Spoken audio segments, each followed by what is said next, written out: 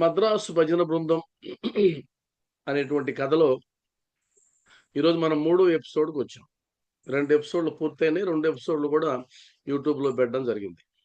ఈ మూడో ఎపిసోడ్లో మనం మాట్లాడుకోవాల్సినటువంటి అంశాల్లో మద్రాసు భజన బృందం యొక్క యజమానికి వచ్చినటువంటి కళ గురించి మాట్లాడుకుంటూ ఉన్నాం. ఆ కళలో ఇంకా ఉన్నాం, ఇంకా కళలోంచి బయటికి రాలేదు. కాబట్టి కళకి సంబంధించి వచ్చినటువంటి సందేశాలని గత ఎపిసోడ్లో మాట్లాడుకున్నాం. ఇప్పుడు దాని కంటిన్యూషన్లో బాబావారు ఎప్పుడైతే ఆ మద్రాసు భజన బృందం యజమానిని పంజరంలో నుంచి విడిపించి ఆ పోలీసుల్ని రక్తం కక్కుకునేటట్లు చేసి, ఆ తర్వాత ఇకా నువ్వు ఇరుక్కున్నావు, ఇంకా ఇబ్బంది పడతావు అనేటువంటి ఒక మాట మాట్లాడి, మీరుండగా నాకెందుకు భయము అనేటువంటి ఒక శరణాగతి భావనను ఆయన నుంచి రప్పించి, ఆ మాటల్ని ఆయన ద్వారా రప్పించి అక్కడి నుంచి జరిపేటువంటి ఆ ఘటనని మనం పరిశీలిస్తాం. అప్పుడు చివర్లో ఎప్పుడు అప్పుడు బాబా వాని కండ్లు మూయమనెను. వాడట్లు చేసి తిరుగు కనులు తెరుచున్నంతలో వాడు పంజరము నుండి విడుదలైనట్లు బాబా ప్రక్కన ఉన్నట్లు కనిపించాను. అతడు బాబా పాదములపై పడెను. ఇక్కడి నుంచి ఇక్కడ దాకా మాట్లాడుకున్నాం. ఇక్కడ వాడు అని ఉంది చూడండి. కనులు తెరుచున్నంతలో వాడు అంత పైన కూడా వాడట్లు చేసిన వాడు పంజరము నుండి విడుదలైనట్లు బాబా పక్కన. ఇక్కడ వాడు అంటే మనకు ఒక భక్తుడు ఉన్నాడు. పొరపాటున మనం గనక వాడు అని ప్రయోగించినామంటే ఆ వీడియో చూసిన వెంటనే ఫోన్ వస్తుంది. ఫోన్ వచ్చి, ఏమండి మీరు ఎందుకని వాడు అన్నారు? బాబా వారు ఎప్పుడైనా వాడు అన్నారా? భక్తుల్ని ఎంత గౌరవంగా మాట్లాడతారు, మీరు ఎందుకు అన్నారని నా ప్రాణాలు తీస్తాడు. వాస్తవానికి ఆ వాడు అనేది కావాలని ఆ వ్యక్తి యొక్క స్థాయిని తగ్గించడానికి మాత్రమే వాడతారు అనుకోవడం పొరపాటు. ఇప్పుడు చిన్నజీయర్ స్వామి యొక్క సత్సంగాలు మీరు వింటే, ఆయన ప్రవచనాలు, ఆయన వాడనే అంటాడు దేవుణ్ణి. వాడిని మెప్పించాలంటే, వాడిని అనుగ్రహం పొందాలంటే, వాడిని ఇలా చేయాలి, ఇది వాడే ఉంటుంది. మీరు కావాలంటే వినండి చిన్నజీయర్ స్వామి యొక్క ప్రసంగాలు.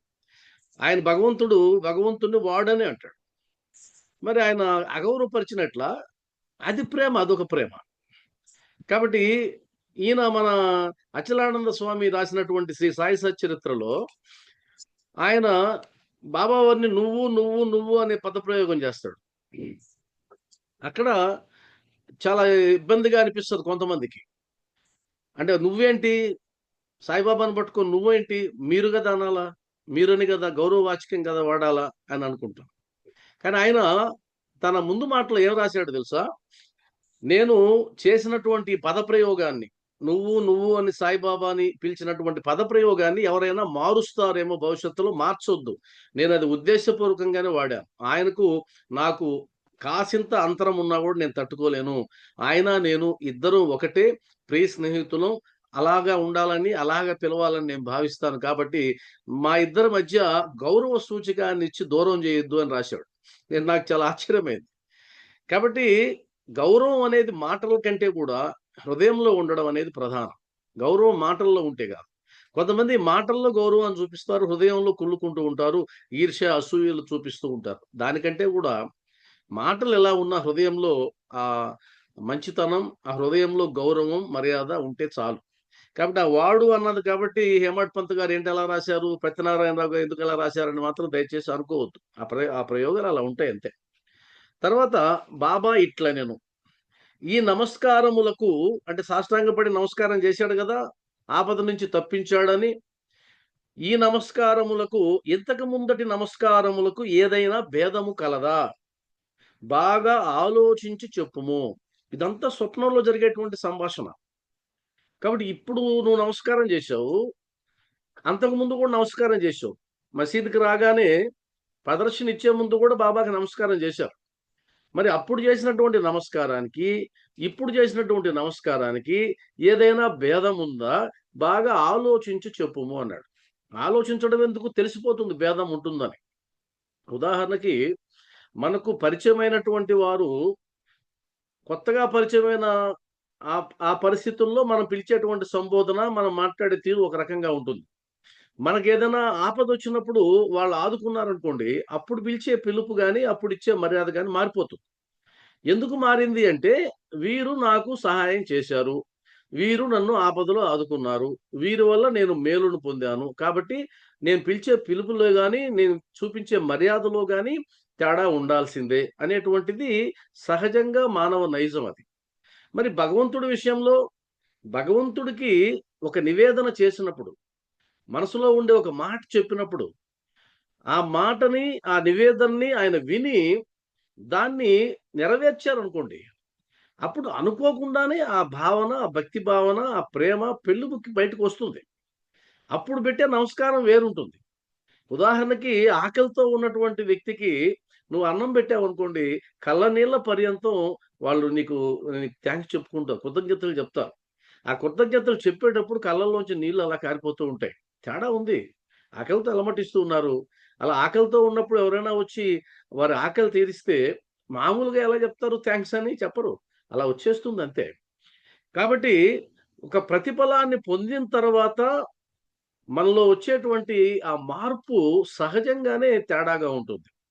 ఈయనకు ఇంతకుముందు బాబా వారి నుంచి ఆశించి వచ్చినటువంటి సందర్భంలో పెట్టిన నమస్కారం, ఇప్పుడు ఆపదలో ఉన్నప్పుడు ఆపదలోంచి బయట పడేసిన తర్వాత పెట్టే నమస్కారానికి తేడా ఉంది. అయితే ఇక్కడ బాబా విషయంలో మనం గుర్తుపెట్టుకోవాల్సిందేంటంటే, ఎవరైతే ప్రతిఫలం వచ్చినా, ప్రతిఫలం రాకపోయినా, అనుకున్నది జరిగినా, అనుకున్నది జరక్కపోయినా, భావనలో తేడా లేకుండా ఉండగలిగితే, వాళ్ళు శరణాగతి చేసినటువంటి భక్తులు. వారికి కోరిక తీరిస్తే ఒక భావన ఉండదు. తీరకపోతే ఒక భావన ఉండదు. అయ్యా! తీరిస్తే బాబా నీకంటే గొప్పవాళ్ళు ఎవరున్నారయ్యా? నువ్వు నా బంధువువి, మా నాన్నవి, మా తాతవి, మా పెదనాయనవి అంటే. తీరకపోతే ఏం చేశావయ్యా నాకు? నువ్వు ఇంతవరకు సేవ చేసి అనవసరంగా నా సమయాన్ని, డబ్బును వృధా చేసుకున్నానంటామే. ఇది అవసరం లేదు. వీళ్ళు ఎమోషనల్ భక్తులు. భక్తిలో ఎమోషన్స్ పనికిరావు. ఆ ఎమోషన్స్ కూడా బ్యాలెన్స్‌డ్‌గా ఉండాలి. ఎమోషన్ ఉండాలి.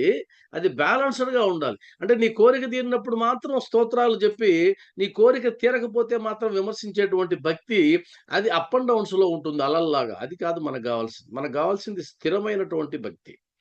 స్థిరమైనటువంటి విశ్వాసం. ఎందుకు అంటే, ఈరోజు ఒక కోరిక తీరొచ్చు, తీరకపోవచ్చు. ఆ కోరిక తీరడానికి, తీరకపోవడానికి ఎన్నో కారణాలుంటాయి. ఒకటని మనం ఎలా జెప్తాం? ఒక కోరిక బాబా వారిని మనం కోరినప్పుడు తీరాలనే అనుకుంటారు ఎవరైనా. కానీ అన్ని వేళలా తీరుతుందనేం లేదు. అలా మనం కోరినటువంటి కోరిక తీరకపోవడానికి ఎన్నో కారణాలున్నాయి.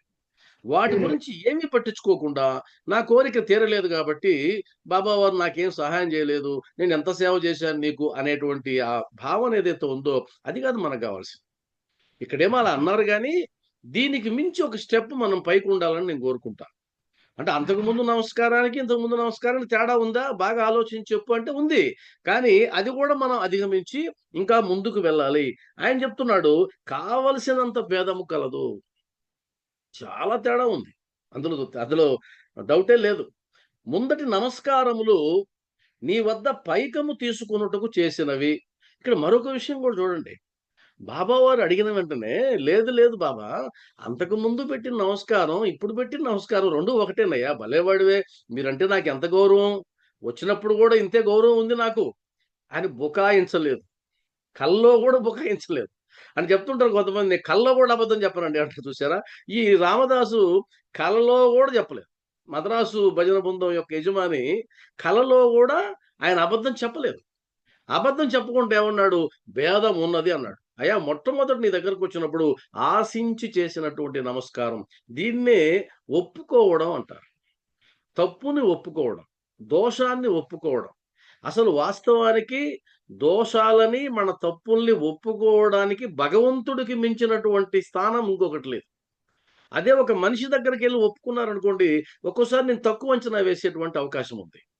అయ్యా! నేను తప్పు చేశాను క్షమించు అంటే అందరూ దాన్ని పాజిటివ్‌గా తీసుకోరు. కొంతమంది తగ్గిపోయాడా వీడు బాగా. ఇంతకుముందు ఎలా ఉన్నాడు? అహంకారంతో ఉన్నాడు. ఇప్పుడు చూడండి సారీ చెప్తున్నాడు అనుకునేటువంటి వాళ్ళు కూడా ఉంటారు.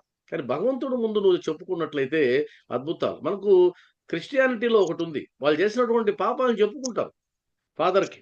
అదొక సెపరేటు స్థలం ఉంటది. ఆయన లోపల కూర్చొని ఉంటాడు. ఆ! వెళ్ళి చూపిచ్చాను. ప్రభువా ఆ! నేను ఈ పాపం చేశాను అని చెప్తాడు.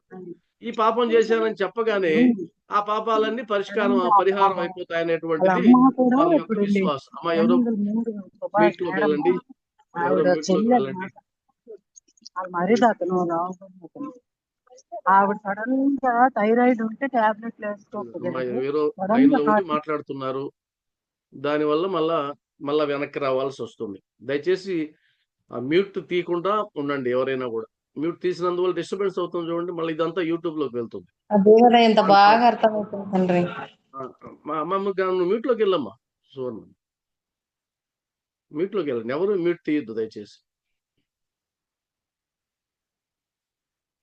కాబట్టి ఈ డిస్టర్బెన్స్ నేను కట్ చేయలేను, ఎడిట్ చేయడానికి చాలా టైం పడుతుంది. అందువల్ల యాజ్ ఇట్ ఈస్ గా పంపించేస్తున్నా. దయచేసి ఎవరు కూడా మ్యూట్ తీయొద్దు, చెప్పినప్పుడు మాత్రమే మ్యూట్ తీయండి. పోయింది మళ్ళీ ఎక్కడో. కాబట్టి ఎక్కడ మాట్లాడుతున్నాం మనం? దయచేసి ఇలా డిస్టర్బ్ చేయొద్దని మరొక్కసారి మనవి చేస్తూ ఉన్నా ఎవరికైనా సరే. కాబట్టి కావలసినంత భేదము కలదు. ముందటి నమస్కారం మళ్ళా పోయింది. ఎక్కడ కరెక్ట్గా ఎవరైనా గుర్తు చేయగలరా? నమస్కారములు. సరే, అబద్ధం చెప్పారని ఒప్పుకున్నాడు. అది అది ఓకే ఓకే ఓకే. అబద్ధం అంటే భగవంతుని కన్నా గొప్ప భగవంతుడి ముందు మన తప్పుల్ని ఒప్పుకోవడం కన్నా గొప్ప అవకాశం లేదు అని చెప్తూ క్రిస్టియానిటీ గురించి కూడా చెప్పాను. అక్కడ ఉంది. ఇక్కడ మనకు కూడా భగవంతునికి చెప్పుకునేటువంటి సందర్భాలు అనేకం ఉంటాయి. భగవంతుని చెప్పుకునేటప్పుడు నువ్వేం స్తోత్రాలు పాడాల్సిన పని లేదు, పెద్దగా ప్రార్థన చేయాల్సిన పని లేదు. నువ్వు మనసులో చెప్పుకుంటే ఆయనకి చేరిపోతుంది. ఇది గుర్తుపెట్టుకోండి, మనసులో చెప్తే ఆయనకు చేరుతుందని చెప్పాను కదా. దానికి ఒక సందర్భం ఎప్పుడైనా వస్తుంది, చెప్తాను. మనసులో చెప్పుకుంటే ఆయనకు చేరిపోతుంది. మనం అనుకుంటే చాలు ఆయన చేరిపోతుంది కదా. కాబట్టి తప్పు చేసిన వెంటనే తన తప్పును ఒప్పుకునేవాడే ఉత్తమమైనటువంటి వ్యక్తిత్వం కలిగిన వాడు. తప్పని తెలిసినా కూడా ఆ తప్పుని ఒప్పుకోకుండా బుకాయించాలని ప్రయత్నం చేసేవాడు, ఆ తప్పుని వేరే వాళ్ళ మీదకి నెట్టాలని ప్రయత్నం చేసేవాడు, అసలు నేను చేసిన దాంట్లో తప్పేముందని ఎదురు ప్రశ్న వేసేవాడు, వీళ్ళందరూ కూడా తనను తాను మోసం చేసుకునేవాళ్ళు. కాబట్టి ఎవరైతే తప్పుని ఒప్పుకుంటారో, వెంటనే సారీ చెప్తారో, లౌకికంగా అయితే లేదా ఆధ్యాత్మికంగానైనా కూడా అయ్యా నేను ఈ పొరపాటు చేసినట్టున్నాను, నన్ను క్షమించండి అని చెప్పుకోవడమో, ఒక్కోసారి చెంపలు వేసుకోవడమో లేదా గుంజిళ్ళు పెట్టడమో అది పరిహారమే. అది పరిహారమే. ఎప్పుడన్నా నాకు చాలా సందర్భాల్లో నేను ఈ విధంగా టంగ్ స్లిప్ అయినా నేను అనిపించినప్పుడు నేనైతే సెకండ్లో 1000 వంతులో సారీ చెప్తా. అది ఎవరికైనా సరే. చిన్నప్పటి నుంచి నాకు అలవాటు. సెకండ్‌లో 1000 వంతులో సారీ చెప్తా. అది చిన్నవాళ్ళైనా, పెద్దవాళ్ళైనా నేను సారీ చెప్తా. ఒకవేళ సారీ చెప్పలేని పరిస్థితుల్లో నేను బాబాకి చెప్పుకుంటా. బాబా ఈ తప్పు చేసినట్టున్నాను, నువ్వు క్షమించు. ఎందుకంటే నువ్వు క్షమిస్తే చాలు. ఆయన ఆటోమేటిక్‌గా క్షమిస్తాడు. ఒక్కోసారి గుంజీలు తీసిన సందర్భాలున్నాయి. ఒక్కోసారి చెంపలు పగలగొట్టుకున్న సందర్భాలుంటాయి. ప్రతి ఒక్కరికి ఉంటాయి. కాబట్టి తప్పుని ఒప్పుకోవడం అన్నది ఆధ్యాత్మిక మార్గంలో ఉత్కృష్టమైనటువంటి గొప్ప ప్రవర్తన. అలా చెయ్యాలి మనం అందరం గూడా. ఈయన చూడండి, తన తప్పును ఒప్పుకున్నాడు. అది గొప్ప విషయం. ఆయనేం బుకాయించలేదు. ఆయనేం నటించలేదు. ముఖ్యంగా నటించలేదు. అసలు భగవంతుడి మీద నటించే వాళ్ళంత పాపులు ఇంకొకరు లేరు. నువ్వు ఎక్కడైనా నటించు. భగవంతుడి ముందు నటిస్తే ఏం ప్రయోజనం? ఆయనకు తెలిసిపోతుంది కదా. నువ్వు నటిస్తున్నావన్న సంగతి బయటోళ్ళు కనుక్కోలేరేమో. కానీ ఆయనకు తెలియందేముంది? ఆయన నువ్వు నటించడం మొదలుపెట్టిన వెంటనే ఆయన తెలుసుకున్నాడు, ఇది నటనరా అని. ఇంకెందుకు నటించడం? ఉపయోగం ఏముంది? భగవంతుని ముందు నటించాల్సిన పనే లేదు. ఉన్నది ఉన్నట్టు చెప్పుకోవడమే. అది ఏదైనా గాని. తమాషా ఏంటంటే మనం పాపం అనే ఒక పదం వాడుతుంటాం. పాపం, పాపానికి నిర్వచనం ఏంటి అని అడిగారు అనుకోండి ఎవరైనా మీరు. పాపానికి నిర్వచనం ఏం చెప్తారంటే, వేద శాస్త్రాలలో ఏదైతే చెప్పబడి ఉందో, వేదాలకు వ్యతిరేకంగా చేసిన ప్రతి పని కూడా పాపమే అనేది జనరల్‌గా ఇచ్చేటువంటి నిర్వచనం. పాపం ఈజ్ ఈక్వల్ టు ధర్మానికి వ్యతిరేకంగా, వేదానికి వ్యతిరేకంగా చేసేటువంటి పని, దాని అర్థం. కానీ జనరల్‌గా మాట్లాడాలంటే నేను వేదాన్ని నమ్మనయ్యా అన్నాడు అనుకోండి. ఇంకా ఆయనకి ఎలా వర్తిస్తది ఇది? నేను వేదాన్ని నమ్మను, నేను దానంతా పట్టించుకోను అన్నాడు అనుకోండి. అప్పుడు జనరల్ స్టేట్మెంట్ ఏంటంటే, నువ్వు చేసినటువంటి ఒక తప్పుని ఎవరికీ చెప్పుకోలేని పరిస్థితి ఉంటుందో అది పాపం. నువ్వు నువ్వు చేసిన ఒక పనిని జీవితంలో ఎవరికీ చెప్పలేవింకా. అది మీ అమ్మకి కానీ, మీ భార్యకి కానీ, మీ చెల్లెళ్ళకి కానీ ఎవరితో అనలేవు, ఎవరితో పంచుకోలేవు. ఎవరితో పంచుకోలేని పని ఏదైతే చేశావో అది పాపము. అది పాపం కిందకే వస్తుంది. దానికి శిక్ష అనుభవించవలసిందే. అది తప్పించుకునే అవకాశం కూడా లేదు. కాబట్టి పాపం అంటే ఒకరికి చెప్పుకోలేము. కాబట్టి చెప్పుకోలేనిది వ్యక్తులు చెప్పుకోలేం కదా! భగవంతుడు చెప్పుకోవచ్చు. కాబట్టి అక్కడ కాస్త పరిహారం అనేది ఉంటుంది. ఆ తర్వాత అంటాడు, నీ వద్ద పైకము తీసుకొనుటకు చేసినవి ఇంతకుముందు నమస్కారాలు. ఈ నమస్కారము నిన్ను దేవునిగా భావించి చేసినది. అండర్‌లైన్ దేవునిగా. ఇక్కడేమో నేను దేవునిగా భావించాను. మరి ఇంతకుముందు దేవునిగా భావించలా. వచ్చే లాభాన్ని మాత్రమే చూశాను. మీ దగ్గర కళా ప్రదర్శన చేసినందువల్ల వచ్చే లాభాన్ని నేను ఆలోచించానే గాని, నువ్వు దేవుడుగా నేను చూడలా అని అంటూ ఇంకొక మాట అన్నాడు, అద్భుతమైన మాట. అదేంటంటే, మరియును దేవుడుగా భావించి చేసింది ఒకటి. మరియును నేను కోపముతో నీవు మహమ్మదీయుడువై ఉండి, అండర్‌లైన్, మహమ్మదీయుడువై ఉండి. అంటే ఇక్కడ మహమ్మదీయుడువో అనే క్వెషన్ మార్క్ ఏం లేదు. మహమ్మదీయుడివై ఉండి కన్ఫర్మ్ చేశాడు. మహమ్మదీయుడివై ఉండి హిందువులను పాడు చేయుచుంటివని అనుకునేది వాడను. చూడు ఎంతుందో లోపల. లోపల ఎంతుంది? మొదట మనకేం చెప్పారు? ఆయన కాశీ యాత్రకు బయలుదేరుతూ బాబావారు కళాకారులు గౌరవిస్తారు. ఆయన అందరికీ దక్షిణలు ఇస్తాడు అని చెప్పి కదా వచ్చారు. కానీ మనసులో ఏముంది? ఈయన చెడగొడుతున్నాడు హిందువుల్ని. ఈయన ముస్లిం అయ్యుండి హిందువులను చెడగొడుతున్నాడని మనసులో పెట్టుకొని పైకి మాత్రం ఆయన ముందు కళా ప్రదర్శనలు చేసి డబ్బు అడగడానికి వచ్చారు. లోకం ఇలానే ఉంటుంది. లోకం తీరు ఇలానే ఉంటుంది. పైకి ఒకటి, లోపల ఒకటి. అందరం దాదాపుగా మాస్కులు పెట్టుకునే ఉంటాం. మాస్కులు ఉంటాయి, కనిపించని మాస్కులు ఉంటాయి. నీకు కనిపించే ముఖం ఇది కాదు. లోపల ఇంకొక ముఖం ఉంటుంది. ఆ ఇన్నర్ ఫేస్ ఒకటి ఉంటుంది. దాన్ని కనుక్కోవాలి. అది చాలా మందికి కనిపించదు. మనకు మాత్రమే తెలుస్తుంది. అది బయట వాళ్ళకి తెలియదు. కాబట్టి ఈయన బయట పెట్టాడు. నువ్వు ముస్లిం అయి ఉండి హిందువులను చెడగొడుతున్నావని నీ మీద కోపంగా ఉన్నాను బాబా అని అంటే, ఆయన దాన్ని ఖండించడు. అది సమస్య. ఇది పట్టుకుంటారు ఇప్పుడు బాబాను విమర్శించేవాడు. వీటిని పట్టుకొని చూసారా, ఆ భక్తుడు నువ్వు ముస్లిం అయి ఉండి హిందువులను చెడగొడుతున్నావు అంటే, నేను ముస్లింను కాదు, నేను హిందువునే అని అనాలి కదా బాబా. అలా ఎందుకు అనలేదు అనేటువంటి పాయింట్ని ఇప్పుడు తీసుకొస్తారు. ఆయన ఎందుకు అంటాడు అసలు? ఆయనకి ఎందుకు అనాల్సిన అవసరం ఏముంది? ఇక్కడ కూడా ఆయన తత్వరహస్యాన్నే మాట్లాడాడు. ఆయన తత్వరహస్యాన్ని ఏం మాట్లాడు చూడండి. అప్పుడు బాబా, నీ మనసులో మహమ్మదీయ దేవతలను నమ్మవా? నన్ను ముస్లిం అంటున్నావు, హిందువులను చెడగొట్టానంటున్నావు, కోప్పడ్డానంటున్నావు. మరి నువ్వు నమ్మవా మహమ్మదీయ దేవతలను అని అన్నాడు. అని చెప్తూ ఏ ఏ సంఘటన చెప్పుకొచ్చాడు చూడండి అని ప్రశ్నింప, అతడు నమ్మను నేను. నువ్వు నమ్ముతావా లేదా మహమ్మదీయ దేవతలంటే? నమ్మను. అప్పుడు దానికి ప్రూఫ్ చూపిస్తున్నాడు బాబా. నువ్వు నమ్మవా? అయితే అప్పుడేమన్నాడు? నీ ఇంటిలో పంజా లేదా? నీవు మొహరం అప్పుడు పూజ చేయుట లేదా? మరియు మీ ఇంటిలో మహమ్మదీయ దేవతయగు కాడ్బీబీ లేదా?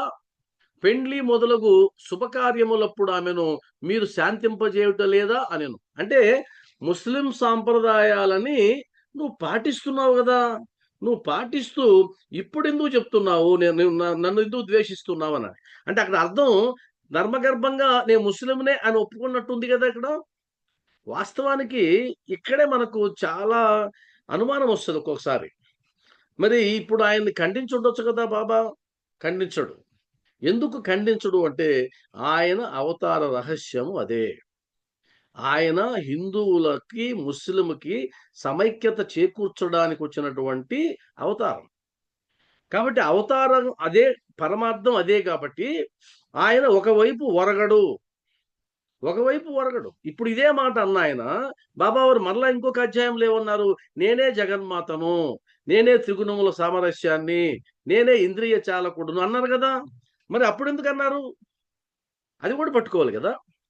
మరి ఇంకొకరు వచ్చి చందనం రాస్తే, నేను మహమ్మదీయుడిని అయి ఉండి కూడా అతను దాని గురించి పట్టించుకోకుండా చందనం రాశాడు కాబట్టి నేను చందనం రాయించుకున్నాను అన్నాడు.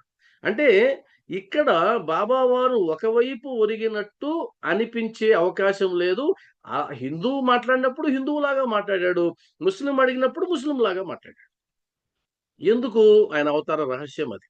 మీకు డౌట్ వస్తుంది, అలా ఎందుకు ఉండాలి అని అంటే, మీరు రామావతారాన్ని తీసుకోండి. రామావతారంలో రాముడు మానవుడిగా జన్మించాడు. ఎందుకు మానవుడిగా జన్మించాడు అనేది ఒక ప్రశ్న.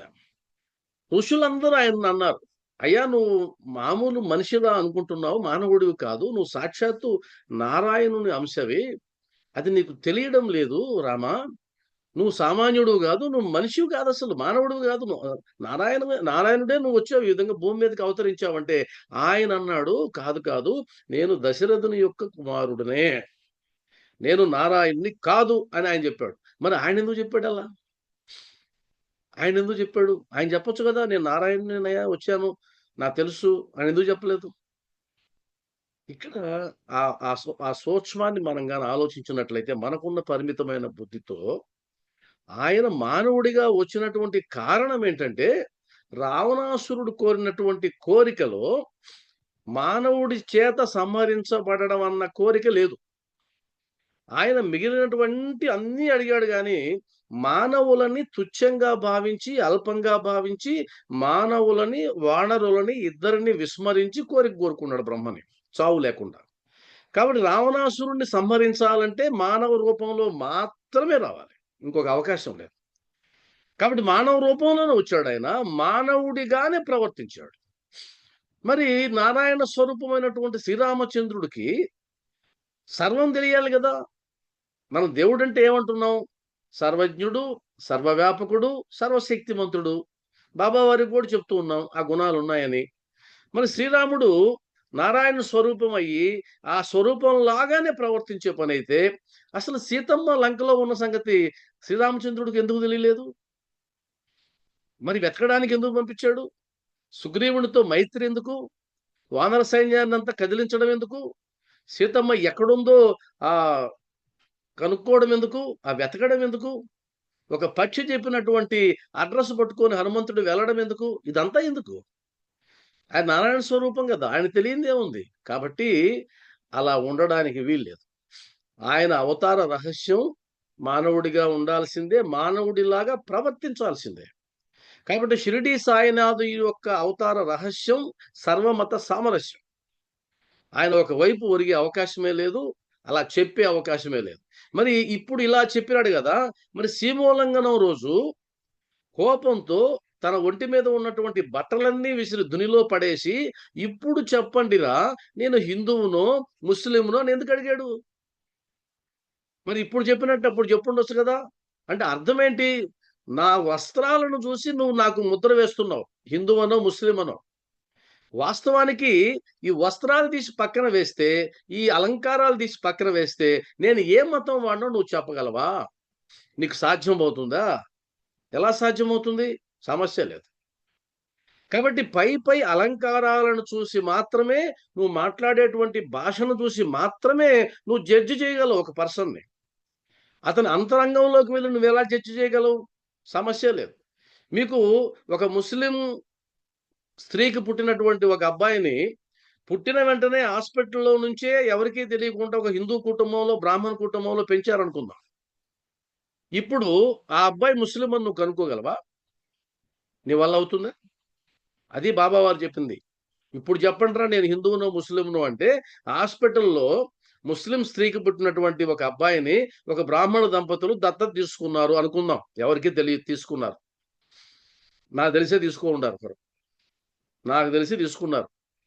బ్రాహ్మణ దంపతులు తీసుకున్నారు ఒక ముస్లిం అబ్బాయిని. అది నాకు మాత్రమే తెలుసు, ఎవరికి తెలియదు. నాకు మాత్రమే తెలుసు. తమాషా ఏంటో తెలుసా? వాళ్ళ బంధువులకు కూడా తెలియదు, ఎవరికి తెలియదు. ఆ ఇద్దరు దంపతులకి నాకు మాత్రమే తెలుసు. దగ్గరుండి దత్త సంతకాలన్నీ పెట్టించింది నేనే కాబట్టి, ఇప్పించింది నేనే కాబట్టి. ఇప్పుడు ఆ అబ్బాయిని ఎలా పెంచుతున్నారు? వాళ్ళు ముస్లిం లాగా పెంచుతున్నారా? ఆ అబ్బాయిని అడిగితే అసలు ఆ అబ్బాయిని చూసి కనుక్కోగలరా మీరు? ఎంత మంచి పుట్టకండి, బ్రాహ్మణ పుట్టకంటే ఇలా ఉండాలని వాళ్ళ తాత ఎన్నిసార్లు అంటే నేను విన్నా. వాళ్ళ తాత ఎన్నోసార్లు అన్నాడు, నా బిడ్డ చూడు ఇలా అసలు చూడగానే వామనావతారం లాగా ఉన్నాడని నా మనసులో ఈ వామనుడా నా బొంద ఇటు ముస్లిం పిల్లాడు. అర్థమైంది కదా. కాబట్టి ఇదంతా ట్రాష్ అంతే. ఎప్పుడు కూడా ఆహార్యాన్ని బట్టి, భాషని బట్టి, ఉన్నటువంటి పరిసరాలను బట్టి నువ్వు జడ్జి చేయలేవు. ఇప్పుడు కుప్ప తొట్టుల్లో పడేసిపోయినటువంటి పిల్లలకి ఏ మతాన్ని అంటగడతావు? రైల్వే స్టేషన్లో ఉంటారు పిల్లలు, వాళ్ళు అన్ని భాషలో మాట్లాడతారు, అన్ని రకాల భాషలో మాట్లాడతాడు. వాడు హిందీ మాట్లాడతాడు, ఇంగ్లీష్ మాట్లాడతాడు, ఉర్దూ మాట్లాడతాడు, తెలుగు మాట్లాడతాడు, తమిళ్ కూడా మాట్లాడతాడు. మరి వాడికి చెప్పు నువ్వు చూద్దాం, వాడు ఏ భాష చెప్పు చూద్దాం. మరి వాడికి అమ్మ నాన్న కూడా ఎవరో తెలియదు, వాడికి ఒక మతాన్ని అంటగట్టు చూద్దాం, కుదరదు. కాబట్టి ఈ ఈ మతమని కానీ లేదా ఈ భాష ఇదంతా కూడా బాబా వారు ఆ అవతారంలో వచ్చారు కాబట్టి, ఆయన దాన్ని ఎంచుకున్నాడు, అలా వచ్చాడు కాబట్టి. అది కూడా షిరిడీలోకి రాగానే అయ్యా నీకు అనుకూలమైన ప్లేస్ మసీదు ఉంది, ఆ మసీదులో ఉండు నాయన అని చెప్పి, మనకు ఊర్లలో పేర్ల చావిళ్ళు అవి ఇవి ఉంటాయి కొన్ని దగ్గరలో, అలాంటి చావళ్ళు ఒకటి చూపిస్తే ఆడిపోయి ఉన్నాడు. కాబట్టి అలా ఆయన బ్రాహ్మణ కుటుంబంలో పుట్టాడా లేదు ఒక పకీరు పెంచాడా వాటి జోలికి నేను వెళ్ళను. ఆయన మనకు దర్శనం ఇచ్చేటప్పటికి ఒక పకీరు వేషధారణలో వచ్చాడు. మనకు రత్నం లభించింది వేషధారణలో. అంత మాత్రాన్ని ఏమవుద్ది? నేను ఒకసారి నంది వెలుగు తెనాలి నంది వెలుగులో సత్సంగానికి పిలిచారు నన్ను. నేను రమా వెళ్ళాం. సత్సంగానికి ఎలా వెళ్తాం? వైట్ అండ్ వైట్లో వెళ్తాం. నేను కూడా వైట్ అండ్ వైట్ అక్కడికి పోయి వేసుకోవడం ఎందుకు, ఇక్కడి నుంచే వైట్ అండ్ వైట్ వేసుకుందామని పోయా. తెనాల్లో దిగంగానే 1 కిలోమీటర్ పోయిన తర్వాత అక్కడ ఆటో స్టాండ్ ఉంటుంది. ఆటో స్టాండ్లో ఎక్కి దాదాపు ఒక 5 కిలోమీటర్లు ఆటోలో పోవాలి. నేను ఎక్కి కూర్చున్నాను, నేను రమ. అందరూ పిల్లమంటే ఎక్కారు. అందరూ చర్చికి వెళ్ళేవాళ్ళు. వాళ్ళు కూడా వైట్ అండ్ వైటే, నేను వైట్ అండ్ వైట్. నన్ను వెంటనే ఏమన్నారు వాళ్ళు, సార్ మీరు ఏ చర్చికి అన్నారు. వీళ్ళు దుంప దగ్గర నన్ను చర్చి అంటారేంటి వీళ్ళు? మరి ఎలా కనుక్కుంటారు వాళ్ళు? వాళ్ళు ఏం చూసి నన్ను చర్చి అన్నారు? సరే ఫేస్ వాల్యూ ఉంటుంది, అది వేరే విషయం. నాకు వీళ్ళు ఏ చర్చి అని తప్పించుకోవడానికి ఎన్నిసార్లు బొట్లు పెట్టుకొని తిరిగినాను నేను. వెంటనే స్టాపింగ్ వస్తే నా బ్యాగులోంచి కండువా తీసి మెడలో వేసుకొని రమాని అడిగి అంత బొట్టు పెట్టుకొని అప్పుడు కూర్చున్నా. ఇంకెప్పుడు ఎవరు అడగల. ఎందుకు అడగల? అప్పటిదాకా ఉన్న వేషం వేరు, ఇప్పుడు ఎవరు అడగరు నువ్వు క్రిస్టియనా, నువ్వు ఏ చర్చికి పోతావని. అంటే నేను చర్చికి పోతానా అన్న విషయాన్ని వాళ్ళు ప్రశ్నించారంటే దేని ఆధారంగా ప్రశ్నించారు? కేవలం నేను వేసుకున్నటువంటి వైట్ అండ్ వైట్. వాళ్ళు వైట్ అండ్ వైట్, నేను వైట్ అండ్ వైట్. ఇప్పుడు నేను ఒక కండువా వేసుకున్నాను, ఒక బొట్టు పెట్టుకున్నాను, చందనం బొట్టు కుంకుమ. అడుగుతారా నన్ను? అప్పుడు అడుగుతారా వచ్చి, ఏం సార్ మీరు ఏ చర్చికి అన్నారు? ఎందుకంటే ఎక్స్పెక్ట్ చేసేసారు, ఈయన చర్చికి పోయి ఆయన కాదు, ఈయన హిందూ లాగా ఉన్నాడు. కాబట్టి ఇదంతా బాహ్యమైనటువంటి అలంకారాలను బట్టి వాటిని ప్రాతిపదికగా చేసుకొని చేసేటువంటి వ్యవహారమే గాని మూలాలు ఎవరికి తెలుసు? అసలు ఎవరికి తెలుసు? అవకాశమే లేదు. అంతెందుకు అర్జునుడు అంటాడు మహాభారతంలో, భగవద్గీతలో, అయ్యా యుద్ధం ఎందుకు వద్దన్నాను అంటే, యుద్ధం ద్వారా పురుషులందరూ, సైన్యంలో ఉన్న పురుషులందరూ చనిపోతే స్త్రీలందరూ వాళ్ళు పక్కదారులు దొక్కుతారు. స్త్రీలు పక్కదారులు తొక్కితే వారికి పుట్టినటువంటి సంతానం వల్ల వంశం భ్రష్టు పడుతుంది, సంకరం మొదలవుతుంది. అలా సంకరం మొదలైన తర్వాత పితృదేవులకి పిండం పెట్టే దిక్కు కూడా ఉండదు. కాబట్టి వంశం సంకరం అవుతుందని ద్వాపర యుగంలో శ్రీకృష్ణ భగవానుడు ఉన్న కాలంలోనే భయపడ్డారు. ఆ తర్వాత 200 సంవత్సరాలు బ్రిటిష్ వాళ్ళు పరిపాలించారు. బ్రిటిష్ వాళ్ళు పరిపాలించినటువంటి 200 సంవత్సరాల్లో ఎన్ని లైంగిక దాడులు జరిగాయో, ఎన్ని మానభంగాలు జరిగాయో చరిత్ర చెప్తా ఉంది. నీ మూలాలు ఎవరు చెప్తావు? నువ్వు ఎంత తెలుసు? నువ్వు ఎవడువో? నీ కులం ఎలా తెలుసు? ఎవడువో? ఎక్కడ సంకరం అయిందో నీకు తెలుసా? కాబట్టి ఇదంతా నాన్ సెన్స్ గా మీరు భావించండి, దయచేసి చెప్తున్నా. నేను ఒకసారి ఒక స్కూల్కి ఇన్విజిలేషన్ డ్యూటీకి వెళ్తే, నేను పోగానే ఆడున్నటువంటి ఇన్స్పెక్టర్ చీఫ్ ఏమన్నాడంటే, రండి మహమ్మద్ గారు, వెంటనే రండి, మీకోసం ఎదురు చూస్తున్నాం అని అన్నాడు. దుంప దగ్గర నేను మహమ్మద్ ఏంటి అంటే, ఆడు మహమ్మద్ అనే పేరు అయినా రాలా, లేటుగా నేను వచ్చా, నా పేరు మహమ్మద్ అనుకున్నాడు. ఎందుకు అనుకున్నాడని నాకు చాలాసేపు ఆలోచించా. ఈయన ఎందుకని నన్ను మహమ్మద్ అన్నాడు అనేసి. తర్వాత ఆయన అడిగా, సార్ మీరు ఎందుకని నన్ను అలా అన్నారంటే, కాదా అన్నాడు. కాదేం సార్, దాని కింద ఉండే పేరు నాది, కర్లపూడి కృష్ణ నాది. ఆయన ఆయన కాదు నేనంటే, సారీ సార్ ఏమనుకోవద్దు, మీరు లాల్చీ వేసుకొని వచ్చేసరికి నేను అలా అనుకున్నాడు. వాడు లాల్చీ కుట్టడం కాస్త పొడుగ్గా కుట్టాడు, కింద దాకా మోకాల దాకా కుట్టాడు. ఆ తర్వాత అనుకున్నాను నేను, ఓహో అప్పుడు పోయి నా లాల్చీలన్నీ తీసుకెళ్లి సాయంత్రానికి మొత్తం మొండెంలాగా కొట్టించి మొత్తం కుట్టించేశా. ఇంత పొడుగుంటే నన్ను ముస్లిం అనుకుంటున్నారా? కాబట్టి సాయి బంధువులారా, జాతి, కుల, మతాలకి అతీతంగా బాబా వారిని నిలబెట్టడం చూసుకోండి, నేర్చుకోండి. ఆయనను పరిమితం చేయొద్దు. బాబా వారు పరిమితమైన, సంకుచితమైనటువంటి భావాలకు నిబద్ధుడు కాదు. ఆయన విశాలమైనటువంటి దృక్పథంతో మనం చూడాలి. వీటన్నిటికీ పైన కదా ఉంచాలి పరబ్రహ్మని.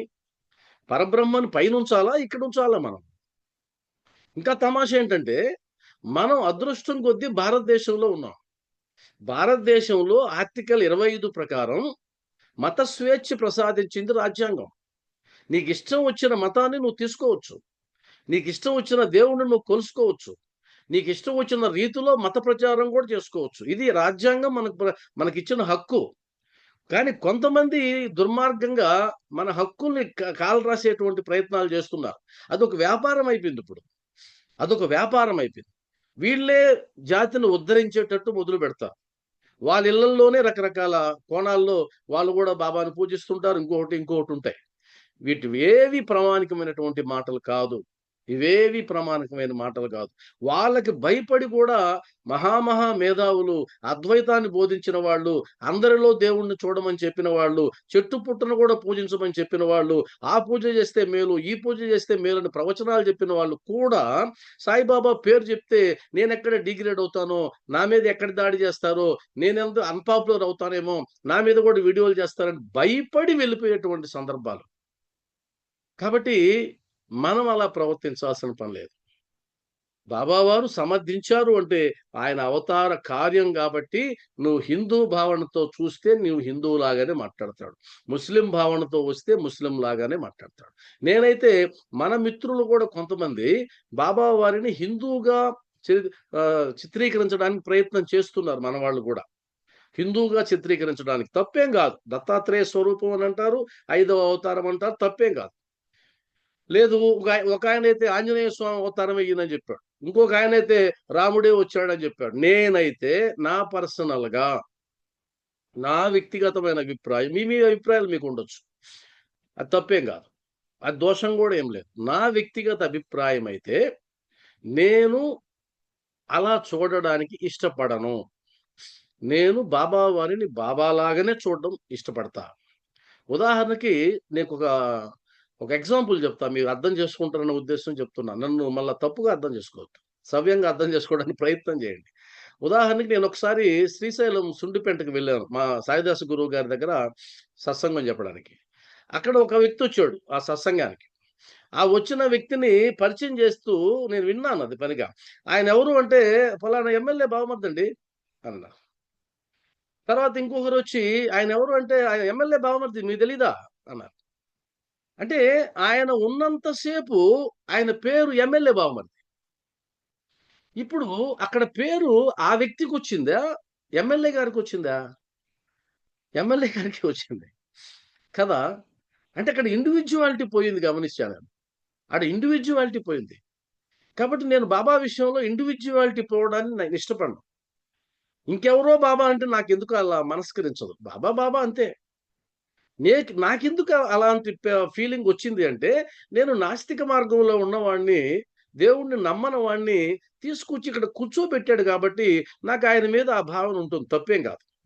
నేను అంతకుముందు ఏ దేవుడి కాడికి వెళ్ళలేదు, అంతకుముందు ఏ దేవుడి గురించి నేను మాట్లాడలేదు, అంతకుముందు నేనేమీ చేయలేదు. కాబట్టి ఆధ్యాత్మిక సాధనలు ఏవి కూడా, దారిని పోయేవాడిని తీసుకొచ్చి కూర్చోబెట్టి సత్సంగాలు చెప్పించాడు కాబట్టి, చెప్పిస్తున్నాడు కాబట్టి నాకు ఆయన మీద ఉన్న భావన అలా ఉంటుంది. కాబట్టి నేను పలానా ఆయనకి ఈయన కొనసాగింపు అంటే కూడా నాకు మనస్కరించదు. బాబా బాబా అని అంతే. అలా చూడటం నాకు అలవాటైంది. అది తప్ప ఒప్ప అనేది ఎవరికి సంబంధించినటువంటి అభిప్రాయం వాళ్ళది. అయితే ఒక్కటి గుర్తుపెట్టుకోండి, ఎప్పుడైతే ఒక వ్యక్తి పరబ్రహ్మ స్వరూపంగా గుర్తింపు పొందాడో, ఇక ఆయన శరీర పరిధిని దాటిపోయాడని అర్థం. అంతెందుకండి, ఎవరైతే సనాతన ధర్మం గురించి మాట్లాడుతున్నారు, సనాతన ధర్మానికి మేము వారసులం కాబట్టి సాయిబాబా భక్తులు సనాతన ధర్మాన్ని నాశనం చేస్తున్నారని మాట్లాడుతున్నారో, ఒక ప్రశ్న, 4 వేదాలు చెప్పిన మహావాక్యాలు ఏంటి? 4 వేదాలు చెప్పిన మహావాక్యాలు ఏంటి? అహం బ్రహ్మస్మి, తత్వమసి. వీటి అర్థం ఏంటి? అయ్యా నువ్వే బ్రహ్మ, నువ్వే పరబ్రహ్మ స్వరూపానివి, ఇక్కడ వేరే వాళ్ళు ఎవరు లేరు అని కదా చెప్తున్నాయి. నేనే త్రిగుణాతీతుడను, నేనే జగన్మాతను, నేనే ఇంద్రియ చాలకుడని బాబావారు చెప్తే తప్పేంటి? అసలు బాబావారు చెప్పడం ఏంటి? అందరం కూడా అదే ఫీలింగ్ లోకి రావాలి. నన్ను ఎవరైనా ప్రశ్న అడిగితే, ఏమంటే సాయిబాబా దేవుడా అన్నాడంటే, నా ఎదురు ప్రశ్న ఏంటంటే, దేవుడు కానిదెవరు అంటారు. సాయిబాబా దేవుడా పక్కన పెట్టి, దేవుడు కానిదెవరు? అందరూ దేవుళ్ళే. ఇదే కదా సనాతన ధర్మం చెప్తా ఉంది, ఇదే కదా వేదాలు చెప్తూ ఉన్నాయి. కాబట్టి అందరూ దేవుళ్ళే, అందరూ దివ్యాత్మ స్వరూపులు. ఇక్కడ వేరేముందయ్యా? వేరుగా ఏం లేదు, ఉన్నది ఒక్కటే అంటున్నాము కదా. సర్వం కల్విదం బ్రహ్మ, అంత బ్రహ్మస్వరూపాలు, వేరు లేదు. మరలా ఇంకొకటి చెప్తా చూడండి. మనం సృష్టికర్తకి నిన్న కూడా చెప్పా భగవద్గీత సందర్భంలో, సృష్టికర్తకి పేరు ఈ విశ్వాన్ని సృష్టించిన వాడు. విశ్వం అంటే ఆ విశ్వంలో భూమి ఒక చిన్న అణువు మాత్రమే. నువ్వు భూమి గురించే మాట్లాడుతున్నావు, భూమి మీద ప్రకటించబడినటువంటి అవతారాల గురించే మాట్లాడుతున్నావు, భూమి మీద రాయబడినటువంటి వేదాల గురించి మాట్లాడుతున్నావు, భూమి మీద అవతరించినటువంటి శ్రీరాముడు, శ్రీకృష్ణుడు, వెంకటేశ్వర స్వామి, సాయిబాబా, వీళ్ళ గురించి మాట్లాడుతున్నావు. నువ్వు భూమికే కట్టుబడి ఉన్నావు. పరబ్రహ్మ భూమి కాదు, నవగ్రహాలు కాదు, పాలపుంత కాదు, విశ్వం. ఆయన విశ్వంబరుడు, విశ్వాధినేత, విశ్వ సృష్టికర్త. మరి నీ నీ భావాలు ఇంకా సంకుచితంగానే ఉన్నాయి, విశాలంగా ఎక్కడున్నాయి? విశాలంగా లేవు. సరే, జనరల్గా ఆలోచిద్దాం. వీటన్నిటిని తీసి పక్కన పెడితే, మానవ దేహాన్ని పరిశీలిస్తే ఒక హిందువుకి ఒక ముస్లింకి తేడా ఎక్కడైనా ఉందా? చూపించండి ఒక్క తేడా. లేదండి హిందువులకి మాత్రం గుండె కుడి భాగాన ఉంటుంది, ముస్లింలకి ఎడమ భాగాన ఉంటుంది, కాబట్టి గుండె ఎడమ భాగంలో ఉంటే వాళ్ళు ముస్లింలు. ఉందా ఎక్కడన్నా? లేదు. హిందువులకి 2 కళ్ళు, ముస్లింలకు 3 కళ్ళు. నువ్వు శరీర నిర్మాణాన్ని పరిశీలించి ఒక్క తేడా చూపించు. ఎందుకంటే శరీరమే కదా ఇప్పుడు నువ్వు మాట్లాడేదానికి మూలాధారం. ఈయన హిందూ, ఈయన ముస్లిం, శరీరం గురించి అది నువ్వు మాట్లాడుతున్నావు, ఒక్కటి చెప్పించు. నేను అందుకని ఏమంటానంటే, ఈ భూమి మీద సృష్టించబడినటువంటి మానవులందరూ కూడా ఒకరే సృష్టించారు. అదే ఆ విశ్వకర్త ఎవరైనా కానివ్వండి. సబ్కా మాలిక్ ఏక్ హై, అందరి ప్రభువు ఒక్కడే. ఎందుకంటే అందరూ ఒకటిగానే ఉన్నారు కదా, ఇంక ప్రభువు ఒకటి కాకుండా ఎలా ఉంటాడు? అందరి ప్రభువు ఒకటే. నాకు 2 బిడ్డలు పుడితే 2 బిడ్డల్లో నా జీన్స్ ఉంటాయి, 2 బిడ్డల్లో నా జీన్స్ ఉంటాయి. నా జీన్స్ లేవంటే నాకు పుట్టిన పిల్లలు కాదు వాళ్ళు. కాబట్టి ఈ భూమి మీద ఎంతమంది అయితే ఉన్నారో వాళ్ళందరికీ ఒకే జీన్స్ ఉన్నాయి. ఈ మధ్య పరిశోధనలో కూడా తేలింది. ఇంకొక విషయం కూడా చెప్తా చూడండి, సందర్భం వచ్చింది కాబట్టి. మనకు బల్లి యొక్క దాంట్లో బల్లి, తొండ, మొసలి, కొమెడో, ఇన్ని రకరకాలు ఉన్నాయి, రకరకాలు. కుక్క జాతికి చూస్తే కుక్క, నక్క, తోడేలు ఇలా ఒకే జాతికి సంబంధించినవి. గాడిద, గుర్రం ఇలా రకరకాలు, అంటే ఒకే స్పెసిస్ సంబంధించినవి ఉన్నాయి. మరి పురుగులు కూడా అలానే ఉన్నాయి. అయితే మనిషికి మాత్రం ఒకడే ఉన్నాడేంటి? ఒకే మనిషి ఏంటి? మనిషికి సంబంధించి ఇంకెవరు లేరా? మనిషి ఒకడే పుట్టాడా అంటే కాదు. మనుషులు కూడా 2-3 రకాలు ఉన్నారు. ఇది కోతి, చింపాంజీల గురించి నేను మాట్లాడడంలే. వాళ్ళు అభివృద్ధి చెందిన తర్వాత కూడా హోమో ఎరెక్టస్ అనే ఒక జాతి ఉన్నది, హోమో సేపియన్స్ అనే ఒక జాతి ఉంది, హోమో నియాండర్తల్ అనేటువంటి ఒక జాతి ఉంది. ఈ 3 జాతులు, 3 రకాల మానవులు ఈ భూమి మీద సంచరించారు, ఇప్పటికీ ఉన్నాయి. అవన్నీ ఇప్పటికీ నిక్షిప్తం అయి ఉన్నాయి. చరిత్ర ఉంది, నేను చెప్పేది కాదు, చరిత్ర ఇది. పురావస్తు శాస్త్రజ్ఞుల తవ్వకాల్లో బయటపడిన విషయాలు. అయితే కాలక్రమేణా 30 లక్షల సంవత్సరాలకు ముందు ఈ 3 జాతులు ఉండేటి భూమి మీద. వీళ్ళల్లో హోమో సెపియన్స్ అంటే మనం హోమో సెపియన్స్ అన్నమాట. మనం ఆ 2 జాతుల్ని నిర్మూలించేశాం పూర్తిగా. హోమో ఎరెక్టస్ జాతి నాశనం అయిపోయింది, హోమో నియాండర్తల్ నాశనం అయిపోయింది. మనం మాత్రమే గెలిచాం, మనం మాత్రమే ఉన్నాం. ఈ దేహం రావడానికి లక్షల లక్షల సంవత్సరాలు పట్టింది ఈ రూపం రావడానికి. ఈ మధ్యనే 30 లక్షల సంవత్సరాలకు ముందు చేతి పంజా దొరికింది గుహలో. ఒక చేతి ముద్ర దొరికింది. అలా అలా వేశారు. ఇప్పుడు ఆ ముద్ర యొక్క వయసు ఎంత అంటే 30 లక్షల సంవత్సరాలు. అప్పటి మానవుడు ఆ గుహలోకి వెళ్ళి మరి ఏ ఉద్దేశంతో వేసినాడో ఒక ముద్ర వేసినాడు. ఇప్పుడు మనకు కూడా దీంట్లో వస్తుంది పంజా అని. అలా పంజా వేశాడు. ఆ పంజాకి వయసు లెక్క కడితే 30 లక్షల సంవత్సరాలు. ఇప్పుడు నువ్వు చెప్పు ఏ మతం అనేది? ఇప్పుడు చెప్పు ఏ మతం, ఏ కులం చెప్పు చూద్దాం. నీ పూర్వీకులు ఎవరో చెప్పు. ఎక్కడి దాకా వెళ్ళగలం? మీ నాన్న, మీ తాత, ముత్తాత ఎల్లు చూద్దాం. నీకు ముందు కొన్ని లక్షల మంది ఉన్నారు. లక్షల సంవత్సరాలు గడిచిపోయినాయి. మరి ఎక్కడ నీ మూలం? ఏది నీ కులం? ఏది నీ ఎక్కడ తెలుసండి ఇవన్నీ? ఇదంతా సంకుచిత భావజాలం మాత్రమే నన్ను గుర్తించండి. ఇది విశాల భావన కాదు. మనం అలా సంకుచితంగా ఉండాల్సిన అవసరం లేదు. తెలుసో తెలియకో దుర్లభమైనటువంటి మానవ దేహం వచ్చింది. నువ్వు కొట్టుకొని చచ్చినా, అరిచి గీ కొట్టినా కూడా ఎక్కువ కాలం ఉండే అవకాశం లేదు. ఆ ఉన్నంత కాలం విభేదాలతో బతకాల్సిన పని లేదు. సామరస్యంతో కలిసిమెలిసి ఐకమత్యంగా జీవించడమే మనకు కావాల్సినటువంటి జీవన విధానం కావాలి. కానీ కొట్టుకోవడం, తిట్టుకోవడం, విమర్శించుకోవడం, దూషించుకోవడం ఈ జీవన విధానం మనకు వద్దు అని నాకు అర్థమైంది. మీకు ఈ భావజాలం నిజమే అనిపిస్తే మీరు కూడా ఫాలో అవ్వండి. తర్వాత చూడండి, ఆయన అంటూ నువ్వు మహమ్మదీయ దేవతలు నమ్మవా అంటే ఆయన నమ్మను అన్నాడు. ఆ తర్వాత అప్పుడు బాబా నీ ఇంటిలో పంజా లేదా అని అడిగాడు. పంజా అంటే అది మహమ్మదీయులు పూజించేటువంటి ఒక 5 ఏళ్ల ఆకారంలో ఉండేటువంటిది. మనకు పీర్ల పండగ అని చేస్తుంటారు ఊర్లలో. పీర్లని ఉంటాయి. మాకు కూడా ఒక పీరు ఉంది. మా పాత వాళ్ళు మా పేరు మీద ఒక పీరు పెట్టారు మా ఊర్లో. మా మామగారు మా రమా వాళ్ళకు కూడా ఒక పీరు ఉంది. ఈ మధ్యనే ఈ మధ్య తెలిసింది అది కూడా. అంటే వాళ్ళ ఊర్లో పీర్ల పండుగ జరిగితే వీళ్ళ నాన్నగారి తరపున ఒక పీరు ఉంది అక్కడ. మనం 10 సంవత్సరం 2 ఏళ్ళ నుంచి మేము కూడా వెళ్తున్నాం. 10 సారి వెళ్ళి అక్కడ గున్నం దొక్కి ఆడ పూజలు అంతా చేస్తే చూసుకొని వస్తున్నాం. అది మహమ్మదీయుల పండుగ, పీర్ల పండుగ. కానీ హిందువులే జరుపుకుంటారు ఎక్కువ. అంతెందుకు నెల్లూరులో ఇక్కడ రొట్టెల పండుగ జరుగుతుంది. రొట్టెల పండుగకి అందరం పోతాం. ఒకరేంటి, అందరం పోతాం, అందరూ జరుపుకుంటారు. ఇంకో తమాషా ఏంటంటే ఆ రొట్టెల పండుగ రాష్ట్ర పండుగ. ఇప్పుడు రాష్ట్ర హోదా లభించింది, అందరూ కలిసి జరుపుకుంటారు. కాబట్టి ఇవంతా కూడా మనం పట్టించుకోవాల్సిన పని లేదు. పంజాకి సంబంధించి ఒక వివరణ ఏంటంటే చాలా మంది ముస్లిం పెద్దలు అడిగాను ఈ 2 పదాలు. ఇందులో 2 పదాలు ఉన్నాయి, పంజా అని, కాట్ బీబీ అని ఉంది. ఈ కాట్ బీబీ అంటే ఏంటి, పంజా అని అంటే చాలా మందిని అడిగినాను నేను. వాళ్ళలో కొంతమంది ఆన్సర్లు చెప్పారు.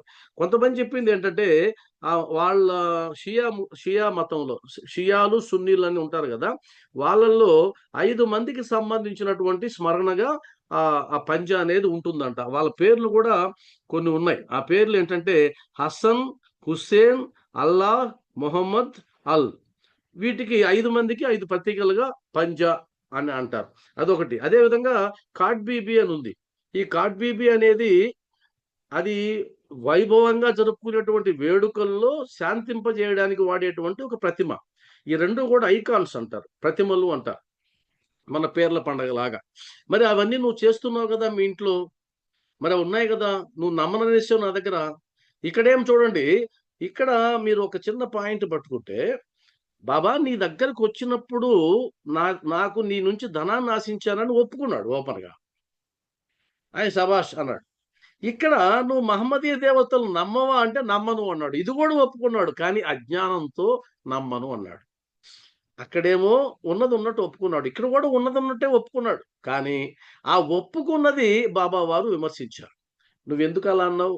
మరి నువ్వు దేవతలు నమ్మడం లేదా, నమ్మను అన్నావు కదా, మరి మీ ఇంట్లో జరుగుతుందా లేదా? మరి మన ఇంట్లో ఇది జరుగుతా ఉంది, నేను ఎందుకు బాబా దగ్గర అన్నాను అంటే పాపం అది అజ్ఞానంతో అన్నమాట, తప్పే కాదు అది. అవగాహన లేనప్పుడు అనేటువంటి మాటలు. మనకు అవగాహన లేనప్పుడు ఎన్నెన్నో మాట్లాడుతుంటాం. అవగాహన వచ్చిన తర్వాత మనం అలా మాట్లాడడం. కాబట్టి అవగాహన కల్పించాడు. ఏమని కల్పించాడంటే, నీవు మొహరం అప్పుడు పూజ చేయటం లేదా, నీ ఇంటిలో పంజా లేదా, ఒకటి. మరియు మీ ఇంటిలో మహమ్మదీయ దేవతయగు కాట్ బీబీ లేదా, పెండ్లి మొదలగు శుభకార్యములప్పుడు మొహరం అలాంటప్పుడు చేస్తారట ఇవి, మీరు శాంతింపజేయుట లేదా అనేను. ఇప్పుడు ఏం చేశాడు అతడు దీనికి అంతటికీ ఒప్పుకొనేను. బాబా వారు చెప్పిన తర్వాత, బాబా నువ్వు ఎన్ని చెప్పినా నేను నమ్మనయ్యా అల్లా, నేను నమ్మనయ్యా నువ్వు చెప్తే, మహమ్మదీయులు అంటే నాకు పడదయ్యా, నువ్వు హిందువులందరినీ చెడగొడుతున్నావు అనే భావన ఇప్పటికి కూడా నాకు ఉందయ్యా అల్లా అనకుండా నిజమే అని ఒప్పుకున్నాడు. అది అది గొప్పతనం. అదే మార్పు అనేది అదే. బాబా దగ్గరికి వెళ్ళక ముందు ఒకలా, బాబా నుంచి వచ్చేటప్పుడు మరొకలా. ఇది భక్తి. దీన్నే పరివర్తన అంటాం. కాబట్టి అతడు దీనికి అంతటికీ ఒప్పుకొనెను. అప్పుడు బాబా నీకింక ఏమి కావాలి అని అడిగాను. అంటే ఏం కావాలంటే క్లారిటీ వచ్చిందా? స్పష్టత వచ్చిందా? ఇంకేం కావాలి నీకు అన్నట్టుగా పిలుపది. అతడు తన గురువగు రామదాసును దర్శింప కోరదలచెను. కోరిక గలదనెను. వారి గురువు యొక్క రామదాసును దర్శింప కోరిక గలదనెను. ఎందుకు అడిగాడు చెప్పగలరా ఎవరైనా? నేను మళ్ళా చదువుతాను. అతడు తన గురువగు, నీకు ఇంకా ఏమి కావాలని బాబావారు అడిగినప్పుడు, అతడు తన గురువగు రామదాసును దర్శింప కోరిక గలదనెను. ఎందుకు అడిగాడు? చెప్పండి ఎవరన్నా మ్యూట్ తీసి చెప్పగలిగిన వాళ్ళు. మీకు గుర్తొచ్చేసి ఉంటుంది, చెప్పండి. ఎందుకు అడిగాడండి? నా గురువు అయినటువంటి రామదాసును చూడాలనిపిస్తుంది, కోరిక ఉందని అడిగాడు. అంటే వాళ్ళ భార్యకి కనిపించాడు ఆ, కదా, అది అవునా ఆ, కాదా అనే దానికి. అవును. అంటే నా భార్యకు శ్రీరాముడిగా కనిపించాడు అంటే అప్పుడేమో ఎగతాళి చేశాడు, అప్పుడేమో నీ భ్రమ అన్నాడు. ఇప్పుడు ఆ సమర్థత కలదని నమ్మాడు కాబట్టి అది స్వప్నమైనా కూడా, ఇది అంతా స్వప్నమే, ఇదంతా కలే అయినా కూడా, అంటే మనసు లోతుల్లో బాబా మీద ఎక్కడో ఆయనకి విశ్వాసం ఉంది. కానీ తన భార్య పొందినటువంటి ఆ దర్శనాన్ని అతను ఒప్పుకోలేకపోయాడు. దీన్నే యుగో అంటారు. యుగో యుగో అడ్డం వస్తుంది. ఇప్పుడు ఉదాహరణకి ఆ భార్యను ఎవరైనా పొగుడుతూ ఉంటే పక్కన ఉన్నటువంటి భర్త మొహం చూడాలి. 70 mm లాగా చూస్తే దారుణంగా ఉంటుంది. ఎందుకంటే ఈయన పొగుడుతూ ఉంటే ఈ లోపలేమో నవ్వినట్టే ఉంటాడు, లోపలేమో ఇష్టపడుతున్నట్టే ఉంటాడు. నా భార్యను పొగుడుతున్నారన్న ప్రదర్శన ఇస్తాడు బయటికి, లోపల అలా ఉండదు. లోపల కాస్త కొత్త మండుతూ ఉంటుంది ఆయనకి, కొంతమందికి, అందరికి కాదు. కాబట్టి అది అప్పుడు అలా ప్రవర్తించాడు, కానీ ఇప్పుడైతే నమ్మాడు. వెనకకు తిరుగు చూడమని బాబా అనెను. వెనక్కి తిరిగి చూడు అని, ఇక చూడు అనెను. వెనుకకు తిరగగానే అతనికి ఆశ్చర్యము కలుగునట్లు రామదాస స్వామి తన ముందర ఉండెను. వారి పాదములపై పడగానే రామదాసు అదృశ్యుడయ్యను. ఇప్పుడు నేను ప్రశ్నేస్తా, ఇంతకు ముందు ఈయన భార్య పొందినటువంటి దర్శనానికి, ఇప్పుడు ఈ కళ అయినా కూడా, కళని పక్కన పెట్టేద్దాం, కళ అనేది తీసి పక్కన పెట్టేద్దాం, ఇప్పుడు ఈయన పొందిన దర్శనానికి తేడా ఏంటి? చెప్పండి, ఎవరు చెప్తారు? భార్య పొందిన దర్శనానికి ఇప్పుడు ఈయన పొందిన దర్శనానికి తేడా ఏంటి? ఆమె అడగకుండానే దర్శనం TS గారు వచ్చాడండి, ఈయన చెప్పండి. అడిగితేనే మాత్రమే దర్శనం వచ్చాడు. ఆమె ఏంటి? అడగకుండానే ఆమె భక్తి భావాన్ని మెచ్చి, ఆమె మనసును మెచ్చి ఆమె దర్శించారు. లేదు లేదు, అలా లేదు, ఈయన అలా లేదు దాంట్లో, అలా అలా అలా లేదు. ఎందుకంటే ఆమెకి ఏం రాశారంటే, ఆ బాబా ఆమె భక్తి విశ్వాసములకు ప్రీతి చెంది ఆమె ఇష్టదైవం యొక్క దృశ్యము ప్రసాదించను అని ఉంది. అంటే ఆయనే ప్రసాదించాడు ఆమె అడక్క ముందే. ఇక్కడ కూడా అదే, కానీ తేడా ఒకటి ఉంది, ఇంకొక తేడా. అది కాకుండా ఆలోచించండి. అంటే ఇంకొక తేడా. బాబానే రాముల వారుగా కనపడ్డారు భార్యకి, ఆ, ఇక్కడ రామదాసుగా విడిగా చూపించినట్టున్నారు ఆ, దర్శనం. అది అది కరెక్ట్ కరెక్ట్. అక్కడ ఆమె బాబాలో చూసింది, ఇక్కడ రామదాసు గారిని బాబాలోనే చూసి ఉండొచ్చు, బాబాలోనే చూపించుండొచ్చు, కానీ అలా జరగలేదు. వెనక్కి తిరిగి చూడమంటే అక్కడ కనిపించాడు, అలా చూసిన వెంటనే అదృశ్యమయ్యాడు. వాస్తవానికి ఆ దర్శనం కంటే ఇది అద్భుతమైన దర్శనం. బాబాలో శ్రీరాముడిని చూడడం కంటే అసలు ప్రత్యేకంగా ఒక దర్శనాన్ని ఇవ్వడం అనేది సామాన్యమైన విషయం కాదు. అక్కడేం ఆలంబనం లేదు. ఇక్కడ బాబా శరీరం ఆధారంగా ఉంది, ఆలంబన ఉంది. కాబట్టి బాబా వారి దేహంలో శ్రీరాముడిని చూసింది. ఇక్కడ ఏ శరీరం ఆలంబనగా లేదు. అదొక ప్రత్యేకమైన దర్శనం, అద్భుతమైన దర్శనం, అది సామాన్యం కాదు. కాబట్టి అలాంటి అద్భుతమైన దర్శనాన్ని ఆయనకి ఇచ్చాడు. వారి పాదములపై పడగానే రామదాసు అదృశ్యుడయ్యను. జిజ్ఞాస గలవాడై అతడు బాబాతో ఇట్లా నేను ఏమన్నాడంటే, మీరు వృద్ధులుగా కనబడుచున్నారు, మీ వయస్సు మీకు తెలియనా అన్నాడు. జిజ్ఞాస అంటే కుతూహలం. అప్పటికే బాబాకి 70 ఏళ్ళు దాకా ఉంటాయి వీరు వెళ్ళేటప్పటికే, వృద్ధుడే. కానీ ఇక్కడ 2 రకాల అర్థాలు వస్తాయి అందులో. మీరు వృద్ధుల్లా కనిపిస్తున్నారు అంటే మీ వయసు మీకు తెలియనా అంటే, అసలు ఆయన వయసు ఎంత ఎవరు చెప్పగలరు? బాబావారి వయసు అని అడిగినప్పుడు 2 ప్రశ్నలు వస్తాయి. బాబావారు ధరించిన దేహం యొక్క వయసా, లేదు బాబా అని నువ్వేదైతే అనుకుంటున్నావో ఆ చైతన్యం యొక్క వయసా? ఆ చైతన్యం యొక్క వయసు అంటే లక్షల సంవత్సరాలు. ఆయన చెప్పాడు, నా వయసు అంటే లక్షల సంవత్సరాలు. ఇవి పురాతన పాదాలు, బాబావారి స్టేట్మెంట్. కాబట్టి వయసు అడిగినప్పుడు ఆ రెండు క్లారిటీ ఉండాలి. ఇప్పుడు ఎవరైనా మిమ్మల్ని అడిగారు అనుకోండి రేపు, ఏమండి మీ వయసు ఎంత అంటే, అప్పుడు మీరు వెంటనే ఎవరి వయసు అడుగుతున్నారు మీరు? హలో చెప్పండి టీవీఎస్ గారు. అక్కడ వారు చైతన్య స్థాయి గురించి చూడలేదండి. స్థాయి ఏంటండి అర్థం కాలేదు. చైతన్య స్థాయి లేదు వారికి. శరీర స్పృహతోనే అడిగాడు. అవును, శరీర స్పృహతో అడిగాడు. వాస్తవానికి మనల్ని ఎవరైనా అడిగారు అనుకోండి, మనకు కూడా తెలియదు. ఇప్పుడు ఇవన్నీ తెలిసిన తర్వాత ఇప్పుడు చైతన్యంగా భావిస్తున్నాం కాబట్టి, లేదా మనకు కూడా ఇంచుమించు ఆ శరీర స్పృహేనండి. అవునవును, నాకు వాయిస్ స్పష్టంగా లేదు. తెలిసిన తర్వాత వాయిస్ స్పష్టంగా లేదు, మళ్ళీ మెసేజ్ పెట్టండి. ఓకే, నేనేమంటానంటే మనకు ఎవరైనా అడిగితే కనుక, ఏమండి మీ వయసు ఎంత అంటే, అప్పుడు మనం వెంటనే మీరు అడిగేది ఎవరి వయసు అన్నారు అనుకోండి, వాడికి పిచ్చి వస్తుంది. ఎవరి వయసు ఏంటండి? మీ వయసు. మీరంటే నా శరీరమా నా ఆత్మ అన్నారు అనుకోండి, సచ్చూరుకుంటాడు.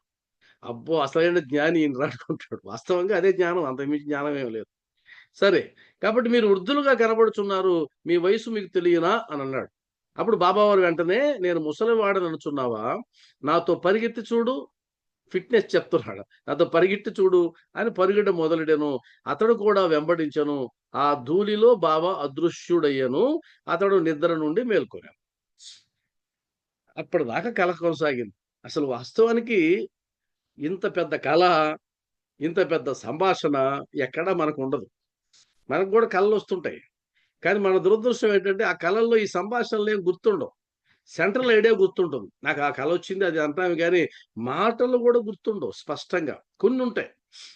నాకు ఒకసారి అమ్మవారి రూపంలో ఒక దర్శనం కలిగి ఓ పెద్ద మంత్రం చెప్పారు. అది అసలు గుర్తుండి చచ్చేదానికి లేదు, గుర్తుంచుకోవడానికి వీలు లేదు. ఆ తర్వాత నేను ఎన్నోసార్లు అనుకోని అదేంటి అసలు గుర్తులేదు. పెద్ద మంత్రం, పెద్ద గడగడ చెప్పేసి దీన్ని పఠించు అంటే ఏం పఠిస్తాం? మనకి ఎలా గుర్తుంటుంది? అది గుర్తుండే అవకాశం లేదు. అందువల్ల ఇంతకుముందు నేనేం చేసేవాడిని అంటే, శ్రీ సాయి సచ్చరిత్ర మీద నేను మొట్టమొదటి పుస్తకం రాశా, సాయి మనకు తోడు ఉంటే అని.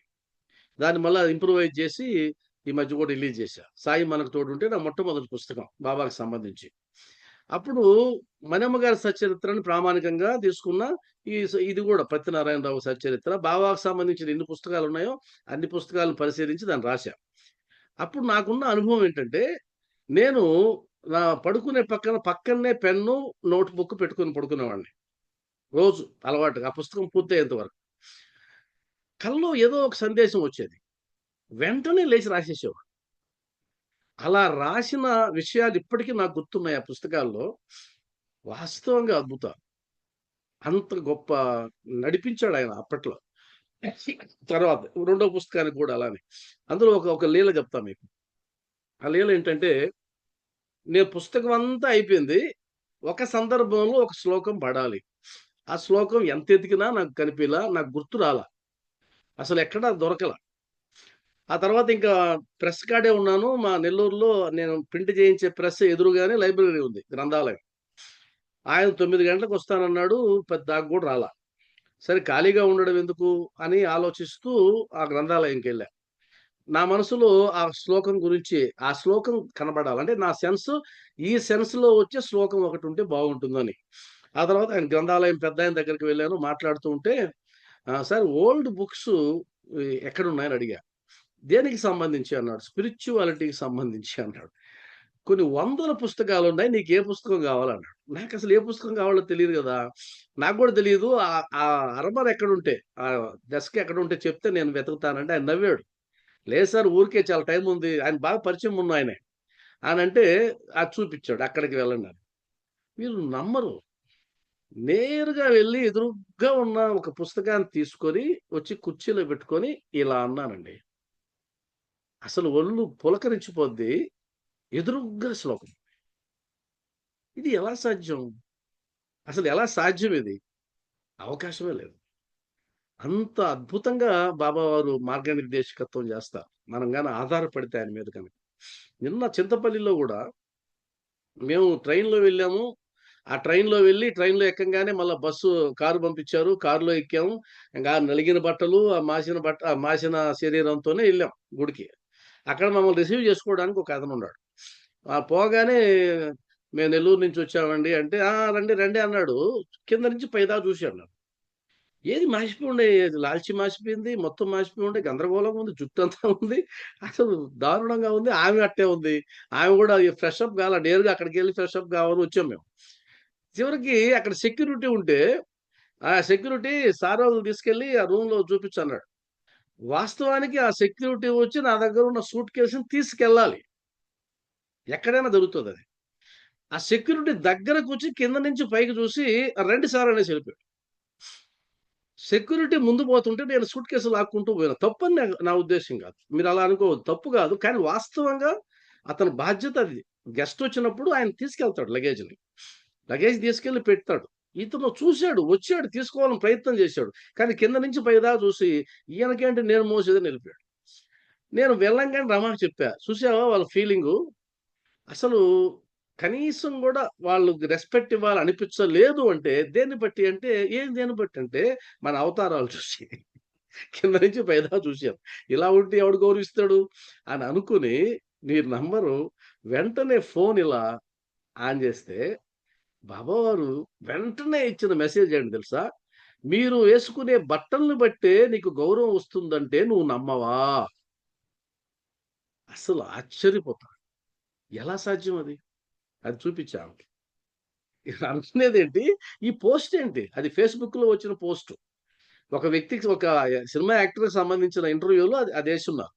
కాబట్టి "నువ్వు వేసుకునే బట్టలకు బట్టే నీకు గౌరవం లభిస్తుందంటే నువ్వు నమ్మవా?" ఇది బాబావారు నాకేసిన ప్రశ్న.